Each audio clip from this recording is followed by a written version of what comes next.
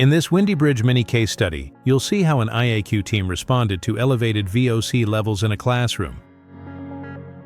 Teachers reported strong chemical odors in the art wing, which coincided with student headaches. Elevated VOC levels were detected, especially in one classroom with new furniture. Using the district's prioritization matrix, the IAQ team classified the situation as Priority Level 1 because health symptoms were reported and VOC concentrations were elevated. Room isolation was executed with increased ventilation, classes were temporarily relocated for safety, and portable HEPA filters were added for cleaner air. The IAQ team investigated the furniture-related concern and identified newly installed cabinets as the source of elevated VOC levels. The cabinets were removed and aired in a well-ventilated space prior to reinstallation.